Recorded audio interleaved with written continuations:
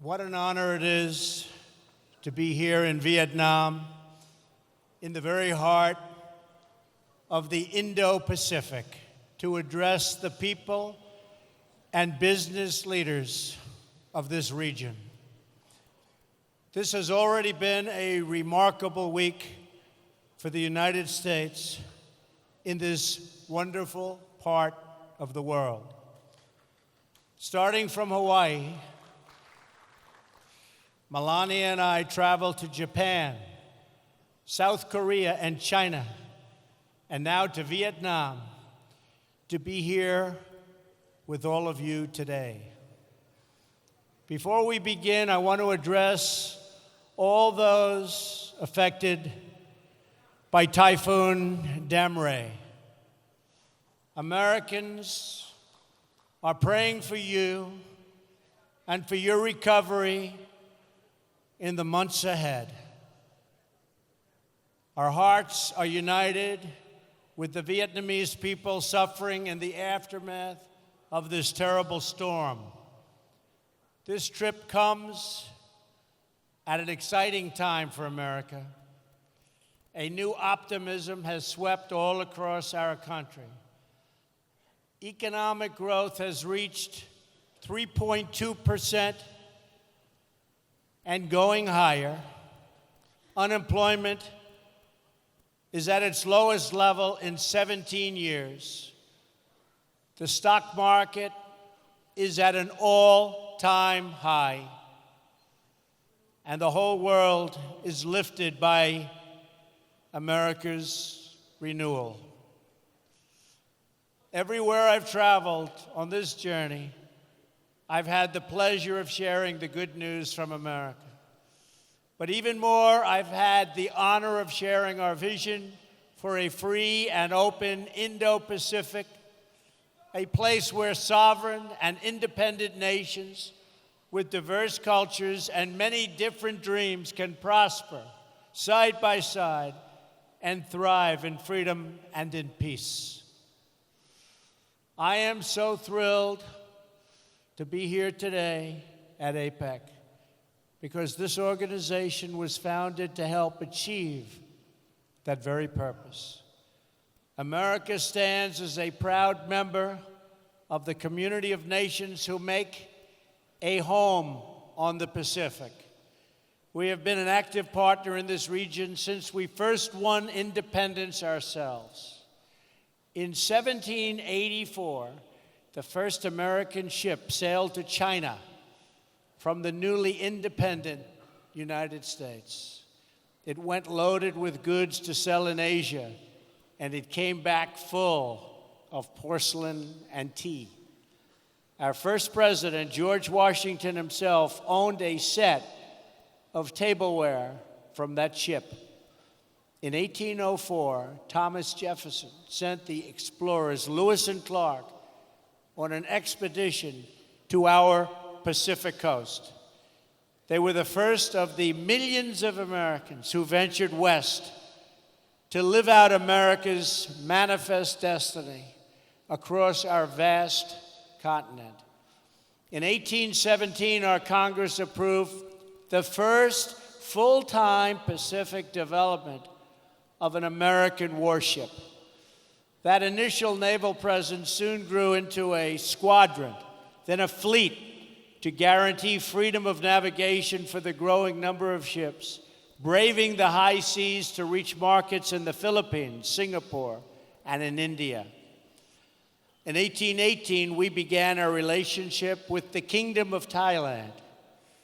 And 15 years later, our two countries signed a treaty of friendship and commerce, our first with an Asian nation.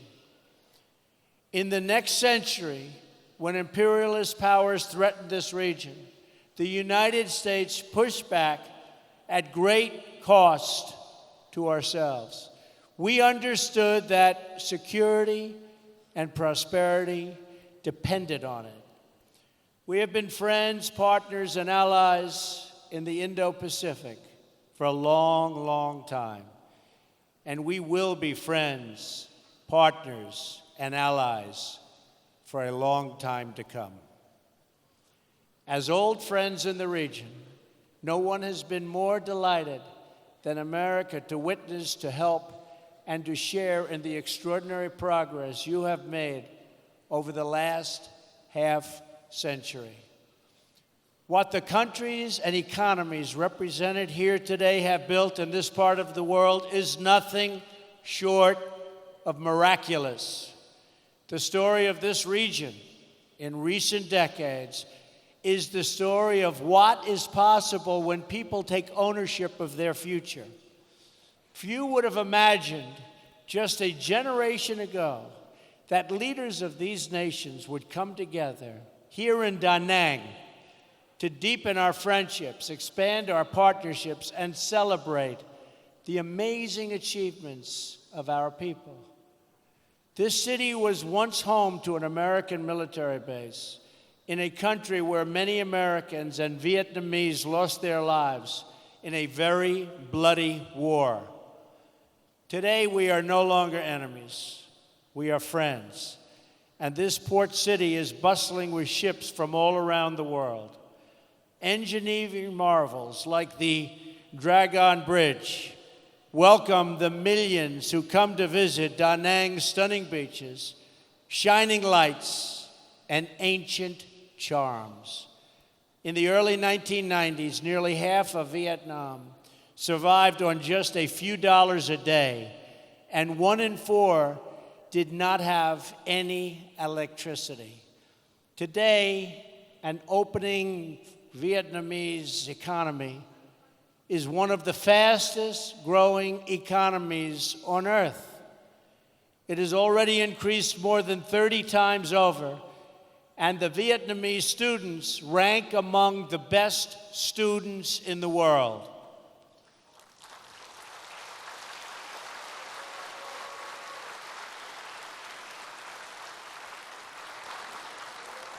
And that is very impressive. This is the same story of incredible transformation that we have seen across the region. Indonesians for decades have been building domestic and democratic institutions to govern their vast chain of more than 13,000 islands.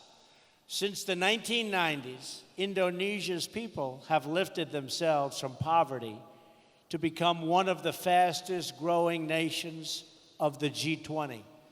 Today, it is the third largest democracy on earth.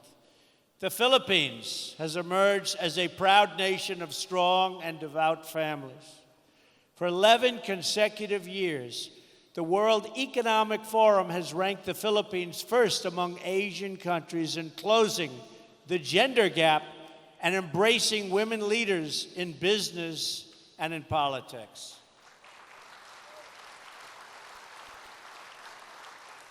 The Kingdom of Thailand has become an upper middle income country in less than a generation. Its majestic capital of Bangkok is now the most visited city on earth. And that is very impressive. Not too many people here from Thailand.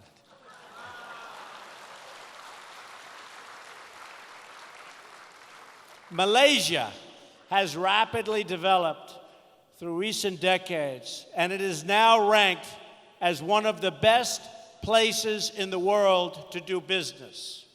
In Singapore, citizens born to parents who survived on $500 a day are now among the highest earners in the world, a transformation made possible by the vision of Lee Kuan Yew's vision of honest governance and the rule of law. And his great son is now doing an amazing job. As I recently observed in South Korea, the people of that republic took a poor country ravaged by war and in just a few decades turned it into one of the wealthiest democracies on earth.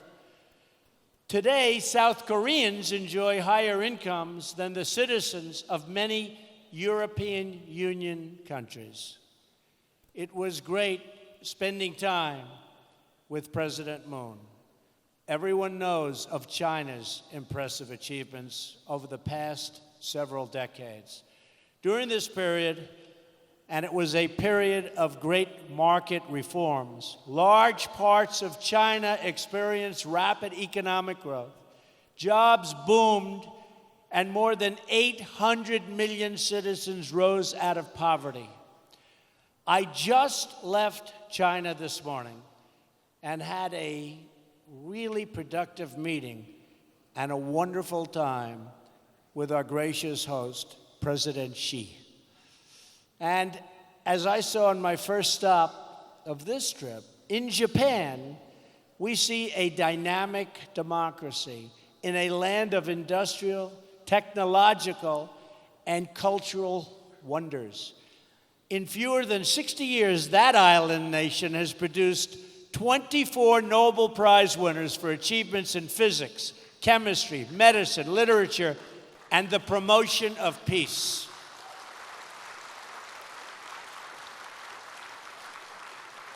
President Abe and I agree on so much. In the broader region, countries outside of APEC are also making great strides in this new chapter for the Indo-Pacific. India is celebrating the 70th anniversary of its independence. It is a sovereign democracy, as well as, think of this, over 1 billion people. It's the largest democracy in the world. Since India opened its economy, it has achieved astounding growth and a new world of opportunity for its expanding middle class. And Prime Minister Modi has been working to bring that vast country and all of its people together as one. And he is working at it very, very successfully indeed. As we can see in more and more places throughout this region, citizens of sovereign and independent nations have taken greater control of their destinies and unlocked the potential of their people. They pursued vision of justice and accountability, promoted private property and the rule of law, and embraced systems that value hard work and individual enterprise. They built businesses. They built cities. They built entire countries from the ground up. Many of you in this room have taken part in these great uplifting national projects of building. They have been your projects from inception to completion, from dreams to reality.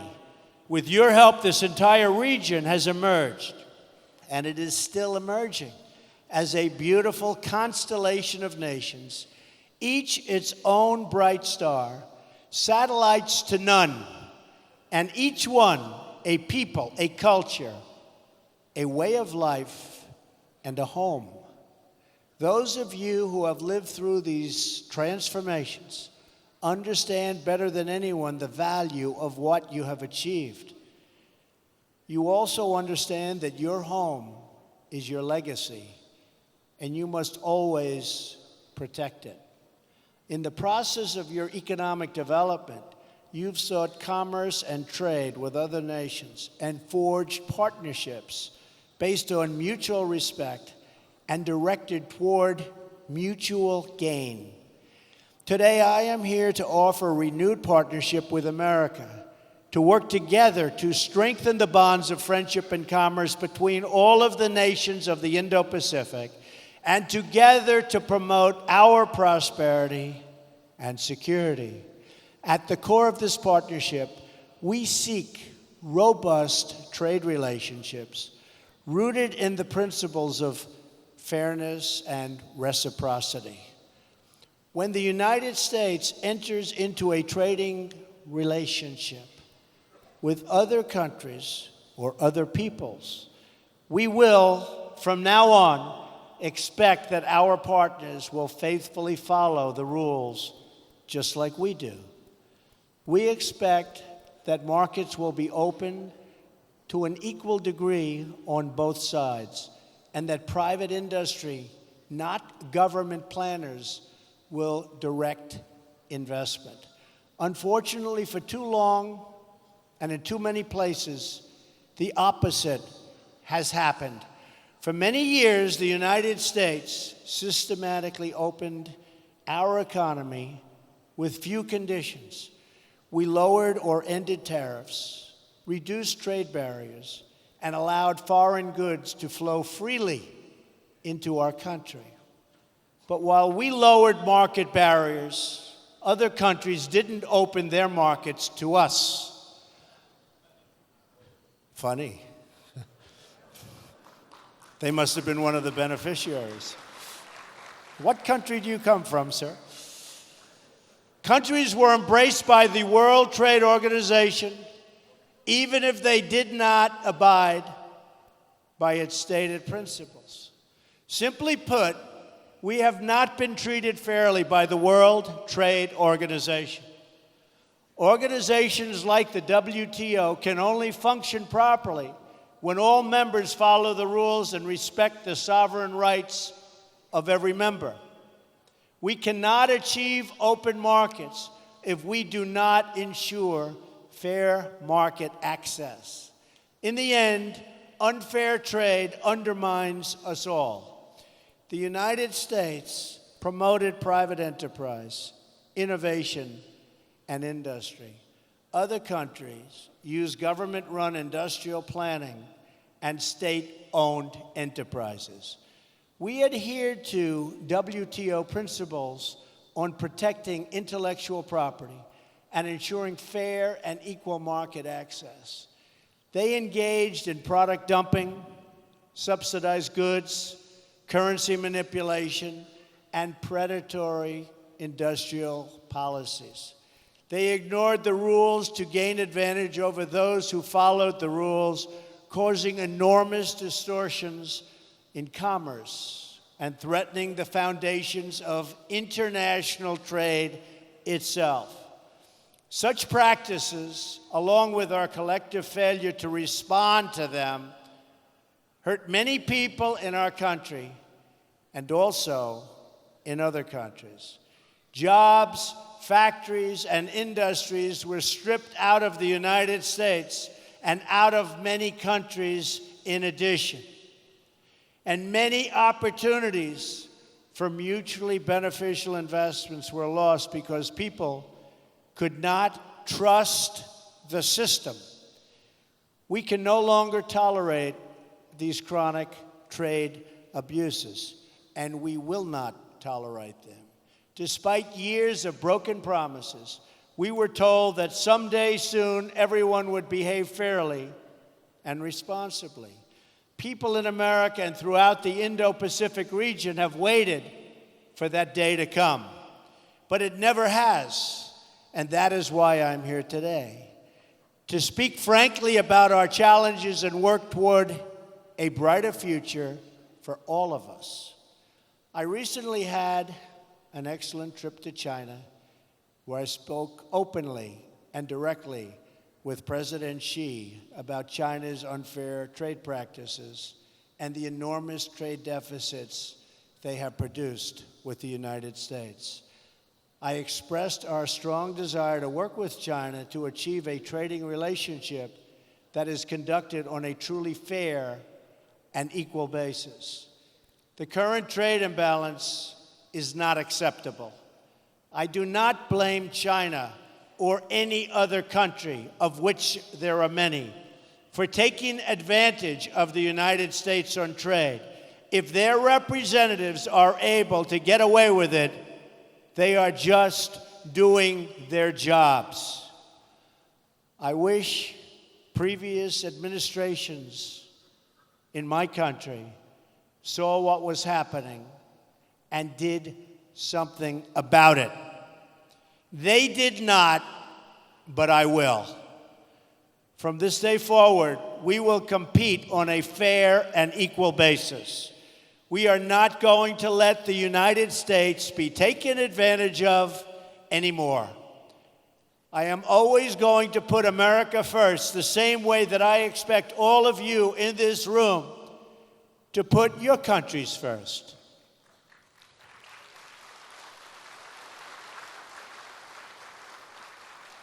The United States is prepared to work with each of the leaders in this room today to achieve mutually beneficial commerce that is in the interests of both your countries and mine. That is the message I am here to deliver.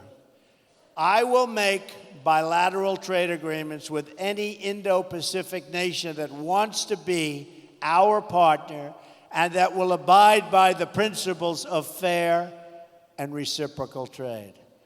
What we will no longer do is enter into large agreements that tie our hands, surrender our sovereignty, and make meaningful enforcement practically impossible. Instead, we will deal on a basis of mutual respect and mutual benefit. We will respect your independence and your sovereignty. We want you to be strong, prosperous, and self-reliant, rooted in your history, and branching out toward the future. That is how we will thrive and grow together in partnerships of real and lasting value.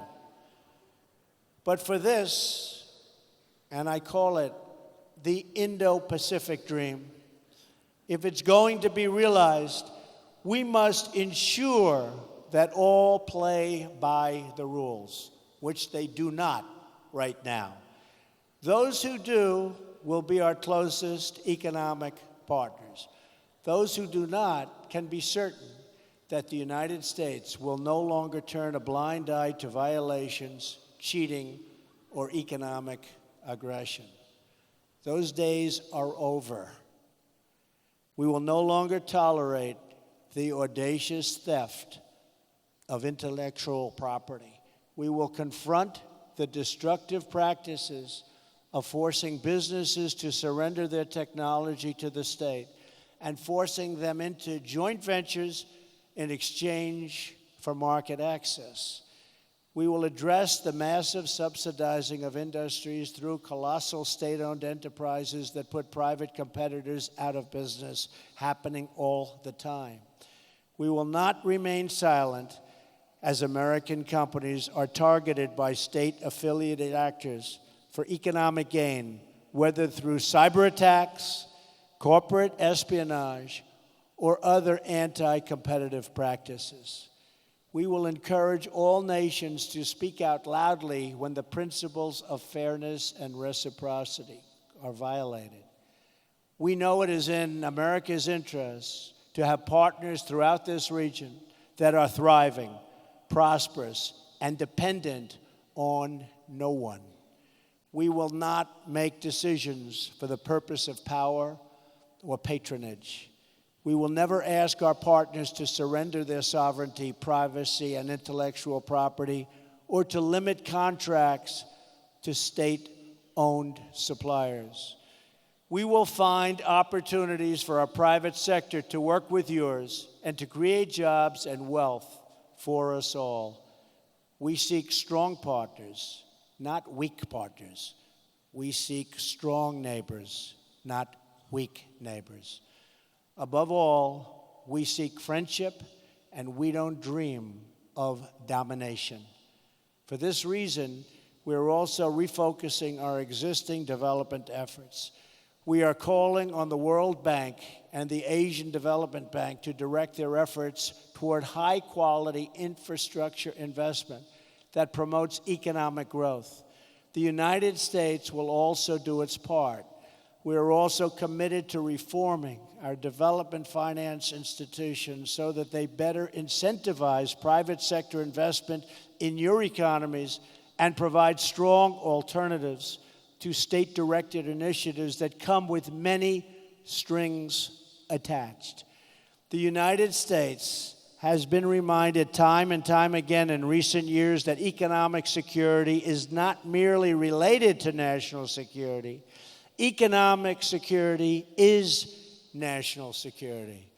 It is vital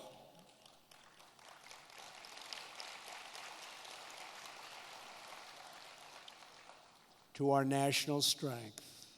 We also know that we will not have lasting prosperity if we do not confront grave threats to security, sovereignty, and stability facing our world today.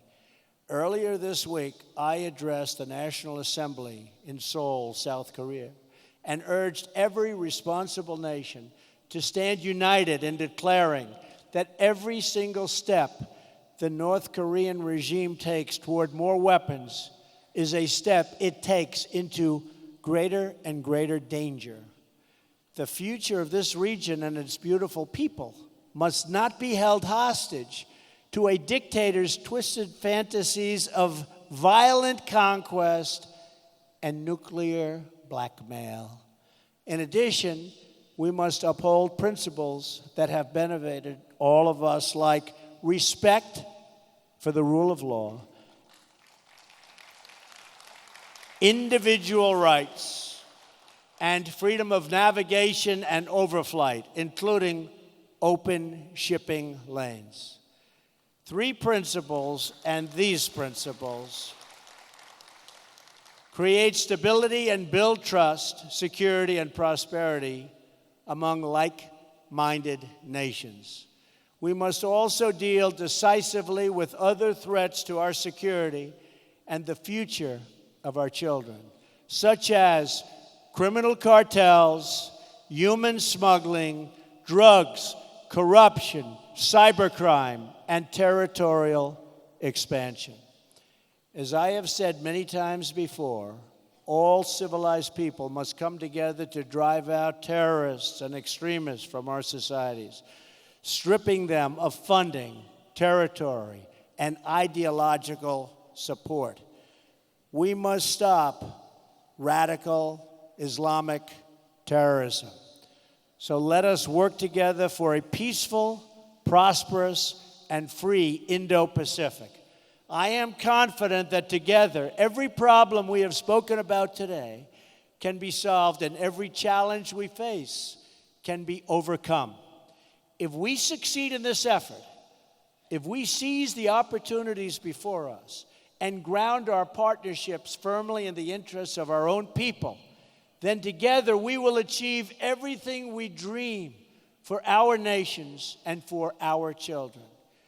We will be blessed with a world of strong, sovereign, and independent nations thriving in peace and commerce with others. They will be places where we can build our homes and where families, businesses, and people can flourish and grow. If we do this, we will look at the globe half a century from now, and we will marvel at the beautiful constellation of nations, each different, each unique, and each shining brightly and proudly throughout this region of the world. And just as when we look at the stars in the night sky, the distance of time will make most of the challenges we have and that we spoke of today seem very, very small. What will not seem small, what is not small, will be the big choices that all of our nations will have to make to keep their stars glowing very, very brightly. In America, like every nation that has won and defended its sovereignty, we understand that we have nothing so precious as our birthright, our treasured independence, and our freedom. That knowledge has guided us throughout American history. It has inspired us to sacrifice and innovate. And it is why today, hundreds of years after our victory in the American Revolution, we still remember the words of an American founder and our second president of the United States, John Adams.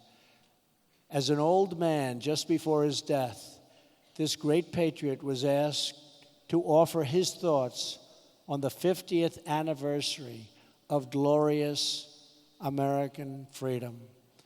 He replied with the words, "Independence forever." It's a sentiment that burns in the heart of every patriot and every nation.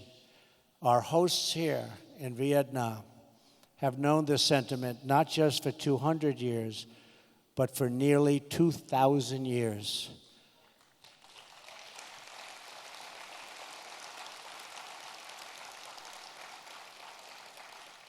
It was around 40 AD when two Vietnamese sisters, the Trung sisters, first awakened the spirit of the people of this land. It was then that, for the first time, the people of Vietnam stood for your independence and your pride. Today, the patriots and heroes of our histories hold the answers to the great questions of our future and our time. They remind us of who we are and what we are called to do.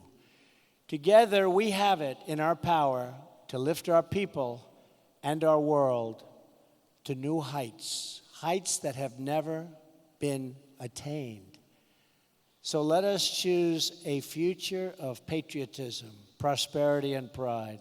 Let us choose wealth and freedom over poverty and servitude. Let us choose a free and open Indo-Pacific. Finally, let us never forget the world has many places, many dreams, and many roads. But in all of the world, there is no place like home. And so, for family, for country, for freedom, for history, and for the glory of God, protect your home, defend your home, and love your home today and for all time. Thank you. God bless you. God bless the Pacific region. And God bless the United States of America. Thank you very much. Thank you.